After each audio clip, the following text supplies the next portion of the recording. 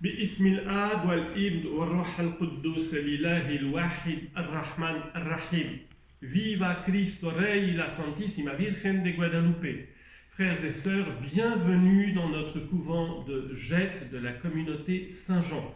Nous avions commencé une série de cours, en particulier sur la Vierge Marie au mois de février. À mon retour d'Afrique, nous pensions commencer pour la fête de Notre-Dame de Lourdes, nous avions commencé pour la fête de la petite Bernadette, et nous allons donc reprendre et même recommencer à zéro ce cours à cause du confinement. La première question que nous voulions poser, puisque nous sommes dans le mois de Marie, le mois consacré chez les catholiques aux dévotions mariales, eh bien, la première question que je poserai, c'est: est-il possible, est-il légitime d'appeler Marie Mère de Dieu? A priori, ça semble absolument scandaleux, absolument incroyable, hors de sens. Dieu est absolument unique. Dieu n'a ni père ni mère. Dieu n'a pas été engendré et il n'a pas été engendré. Il est pur esprit, il n'a pas de corps, il n'a pas de sexe. Il est au-delà de la matière, il est infini, il est pur esprit. Il est le principe et la fin, il est éternel, il n'y a rien avant lui et rien après lui, il est la totalité.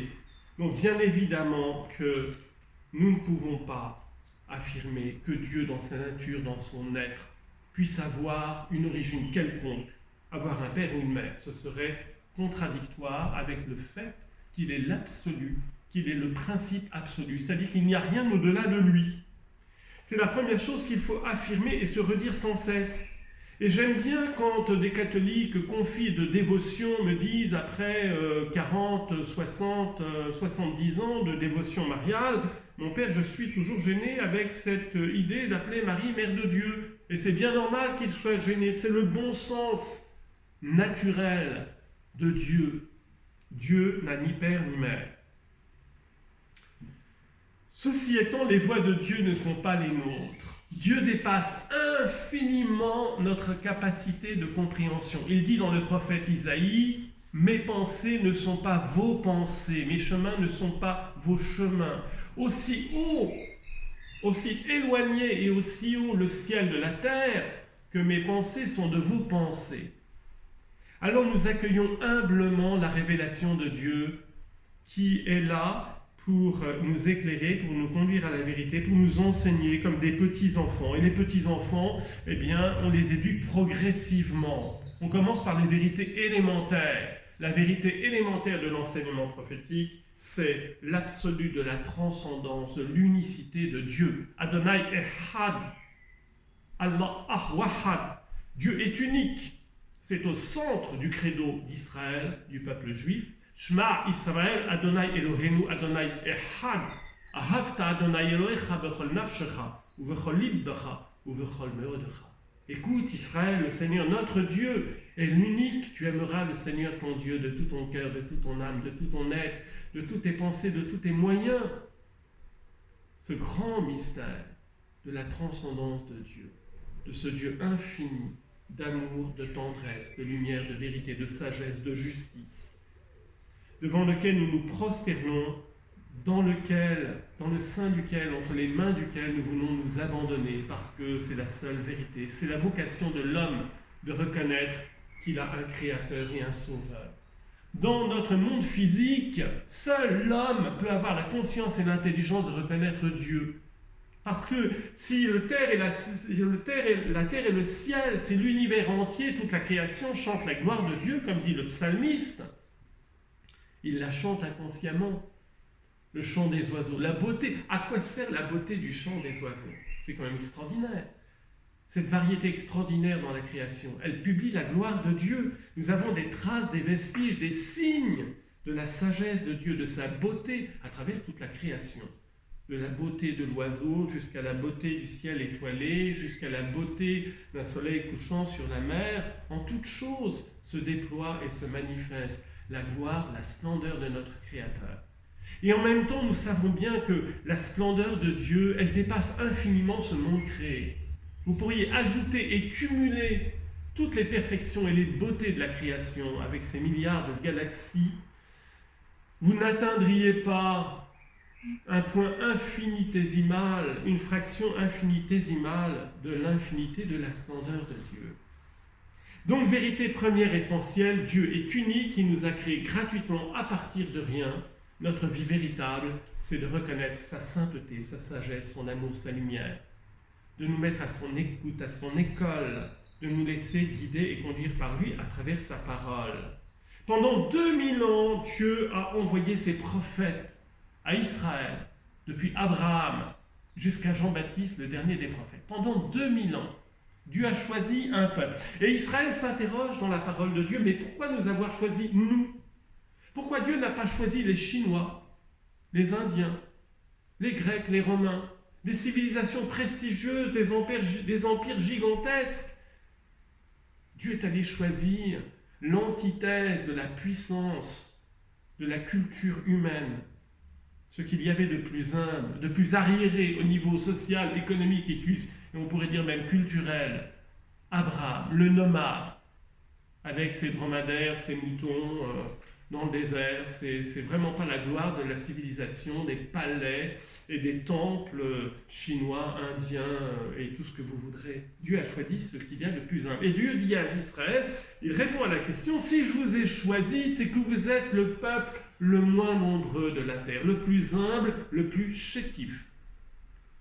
Et votre postérité a commencé avec des nomades dans le désert, Abraham, Isaac, Jacob, Moïse. C'est extraordinaire. C'est vraiment extraordinaire. Pendant 2000 ans, cette économie prophétique, c'est pour sortir Israël de la tentation de l'idolâtrie. Parce que tous ces peuples aux civilisations prestigieuses, ils étaient tous, sans exception, complètement, j'allais dire, perdus dans la magie, la sorcellerie, les superstitions, les malédictions et l'idolâtrie. Adorer la créature au lieu du Créateur. En Égypte, c'était faramineux. Dans chaque temple était dédié à un dieu particulier avec un animal sacré. Et on adorait le scarabée, le crocodile, comme s'ils étaient plus puissants et supérieurs à l'homme, comme s'ils étaient des dieux. Comment l'humanité a pu tomber dans une telle absurdité d'adorer la créature au lieu du Créateur? Comment est-ce possible?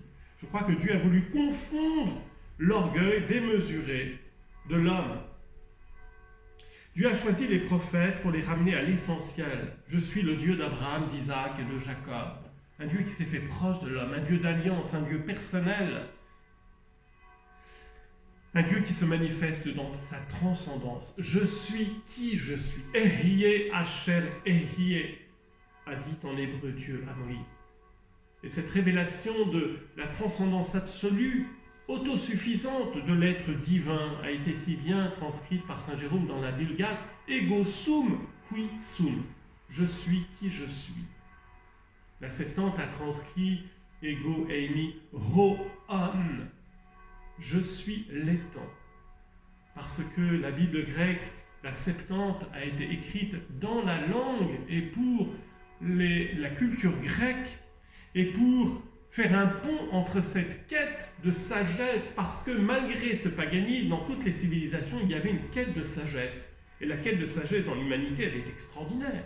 La quête de sagesse dans l'hindouisme, dans le bouddhisme, dans le taoïsme, la quête de sagesse à l'intérieur de la philosophie grecque a pris pour nom celui de philosophie. Et c'est tout à fait extraordinaire que voir que...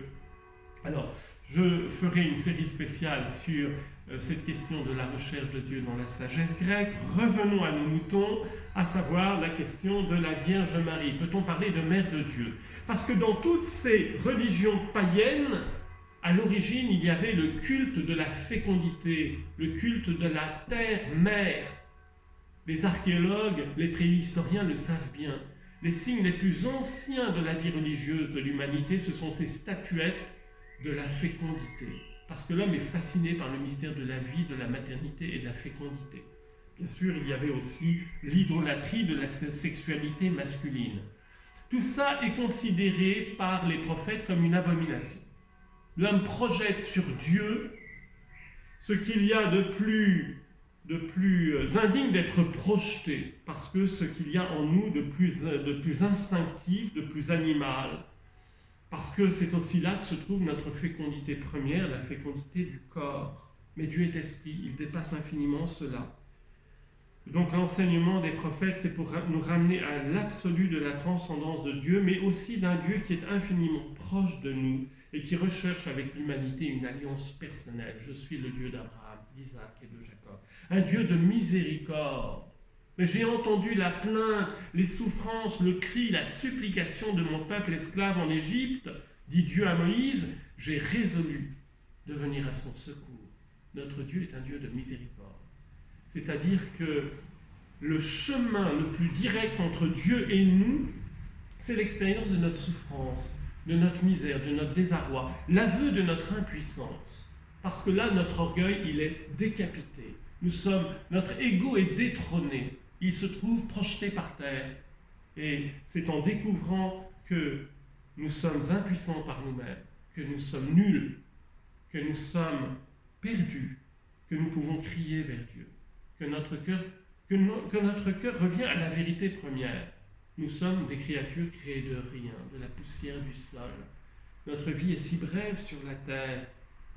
Et c'est quand nous avouons notre misère, quand nous reconnaissons notre péché dans la repentance, que Dieu, alors, c'est là que Dieu commence profondément à toucher notre cœur.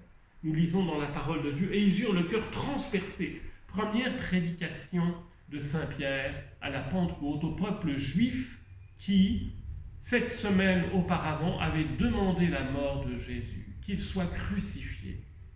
Ils en eurent le cœur transpercé, de prendre conscience que cet homme qui attirait les foules à cause de ses miracles, de sa miséricorde, de sa bonté, cet homme qui faisait des prodiges de miséricorde pour le peuple, qui guérissait toute maladie, chassait les démons, ressuscitait les morts, cet homme qui brusquement devenait impuissant, qui devenait l'agneau innocent, docile, livré à l'abattoir, conspué, défiguré, n'ayant plus apparence humaine, le Christ de la passion était méconnaissable.